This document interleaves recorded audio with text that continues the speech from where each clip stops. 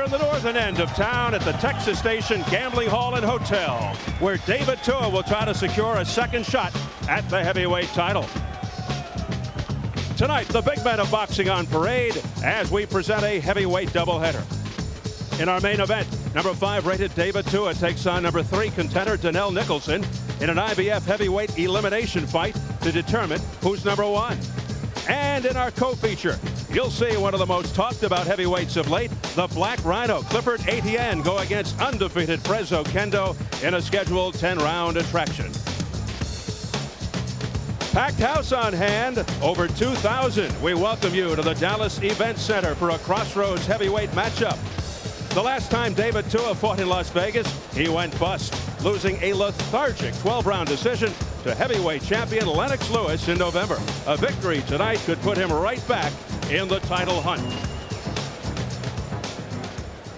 Hello again, everybody. Steve Albert ringside from Las Vegas. When David Tua challenged Lennox Lewis last November, he was considered the most deserving contender in the world. But after a reasonably effective start, he never threatened the champion, losing virtually every round en route to a one-sided decision loss. Tua's corner initially blamed an injury that was aggravated early in the fight. However, at a chunky 245 pounds and coming off a handful of ridiculously easy wins that were meant to kill time until his title shot, was Tua properly prepared, or was it inevitable that he'd be outclassed by Lewis, who enjoyed a 15-inch reach advantage? Now tonight, the number 5 ranked Tua faces number 3 rated Donnell Nicholson to reestablish himself as a legitimate contender in a lackluster heavyweight division. With that, let me bring on my ringside partner, former world champion Bobby Ches. And Bobby, what the heck happened against Lennox Lewis, and how has this affected Tua's confidence and stature in the division? Well, Steve, after talking with Lennox Lewis, he did indeed confirm that the ribs were re-injured, previously done in training camp. But he said that wasn't the biggest problem. His biggest factor for losing that fight and looking so bad is that he had one fight plan. And when that plan didn't work, he had no plan B. He had no backup plan. The corner couldn't make the adjustments. He couldn't make the adjustments. Thus, a very long, sorry fight. He did not look good throughout the entire fight because he just couldn't make the adjustments. What happened after that is he fired his trainer. He had a wake-up call, got back to basics, and now has a renewed confidence, believes he can do much better. We'll have more on that later. But in your opinion, was Tua coddled and babied too much in terms of opposition leading up to the Lewis fight? You know, early on, Tua fought everybody. Moskaev, David Izon, Ike Ibiabuchi, John Ruiz, Rockman. That's the top talent in the division. But as he secured that number 1 spot, he coasted. He took easy opponents to not jeopardize that number 1 ranking. He should have fought someone just like Donnell Nicholson, because Nicholson, tall, rangy, same style, might have prepared him much better. Well, they might have felt that he was a little too dangerous going into the Lewis fight, but he's got him tonight. Before we get to David Tua, you'll see the Showtime debut of a contender who some feel could be the future of the heavyweight division. He's power puncher Clifford Etienne, and he is waiting in the wings. But first, a reminder. We invite Showtime subscribers with internet access to score tonight's bouts online in the boxing area at show.com. Your vote will instantly update the webpage, and the results will be announced later on in this telecast. Online scoring will not influence the outcome of the fight and is only available to viewers of our East Coast live feed. So to score tonight's fights and to learn more about upcoming Showtime boxing events, log on to show.com. Once again, the web address is sho.com.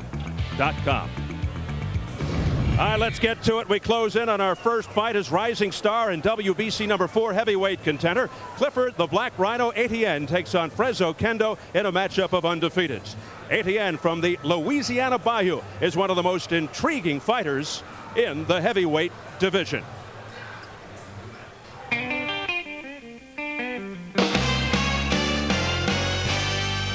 It was one of the most exciting fights of last year, and when Clifford Etienne beat Lawrence Claybay in a 10-round unanimous decision, he became a legitimate player in the heavyweight division.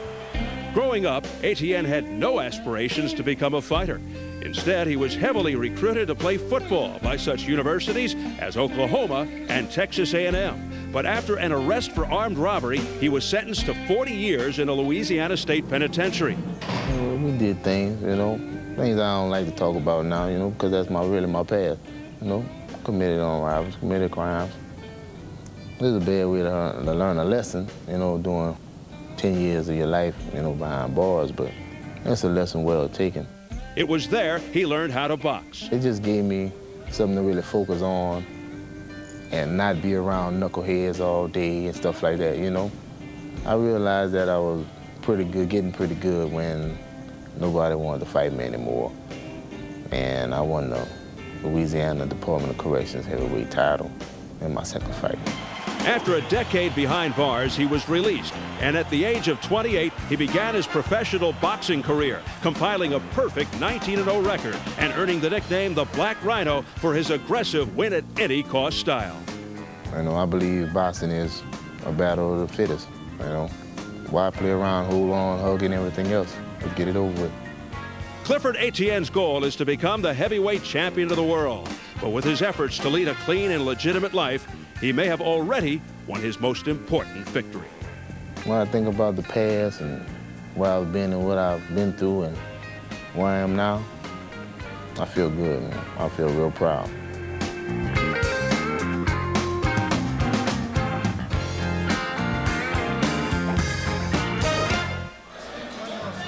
6-1 favorite.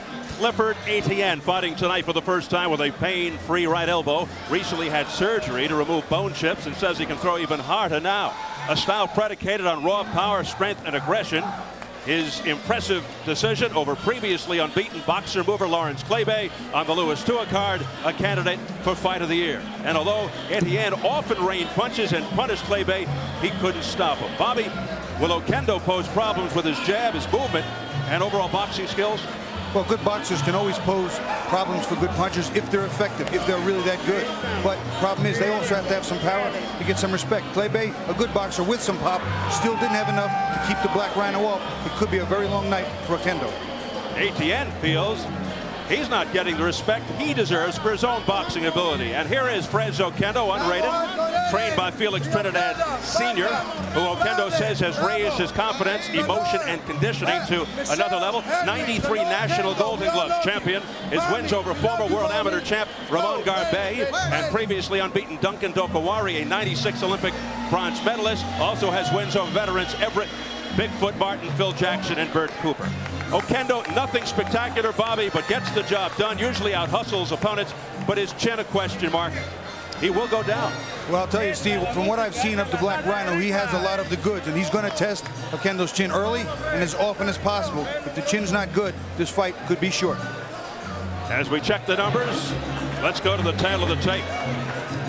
Etienne at 31, 4 years older than Oquendo. Both stand at 6'2". Oquendo with the big 7-inch reach advantage. At yesterday's weigh-in, Etienne 225, Oquendo 221.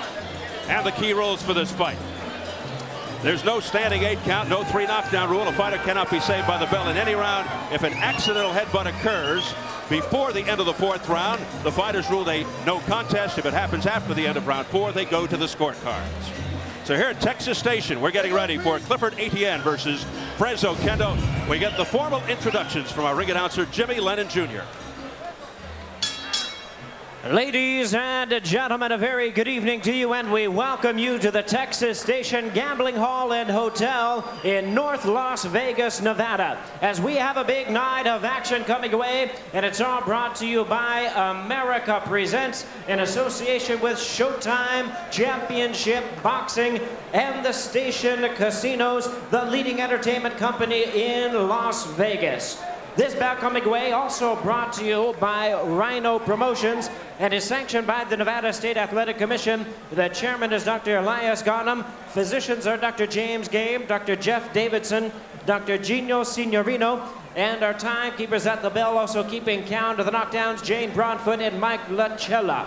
Our 3 judges at ringside, all 3 from Las Vegas, Nevada. We have Dave Moretti, Dalby Shirley, and Glenn Trowbridge. And the 3rd man to the ring, the referee in charge of this bout, Jay Nady.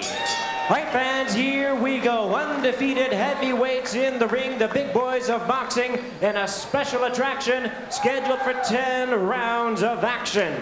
Introducing you first on my right. He is fighting out of the blue corner, wearing gray trunks with white trim, fighting out of Chicago, Illinois, by way of San Juan, Puerto Rico.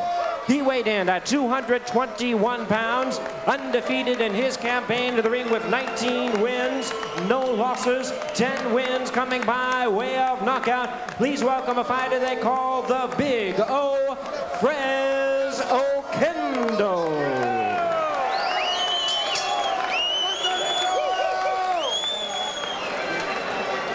And his opponent across the ring on my left, he is ready to fight out of the red corner, wearing black trunks, fighting out of Baton Rouge, Louisiana. He weighed in at 225 pounds.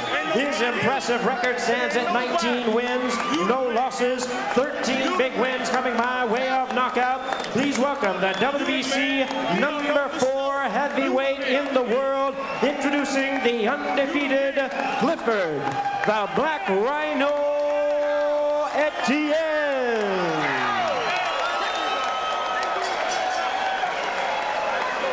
Once again, a referee in charge is Jay Nady, now to give instructions, 10 rounds of boxing schedule.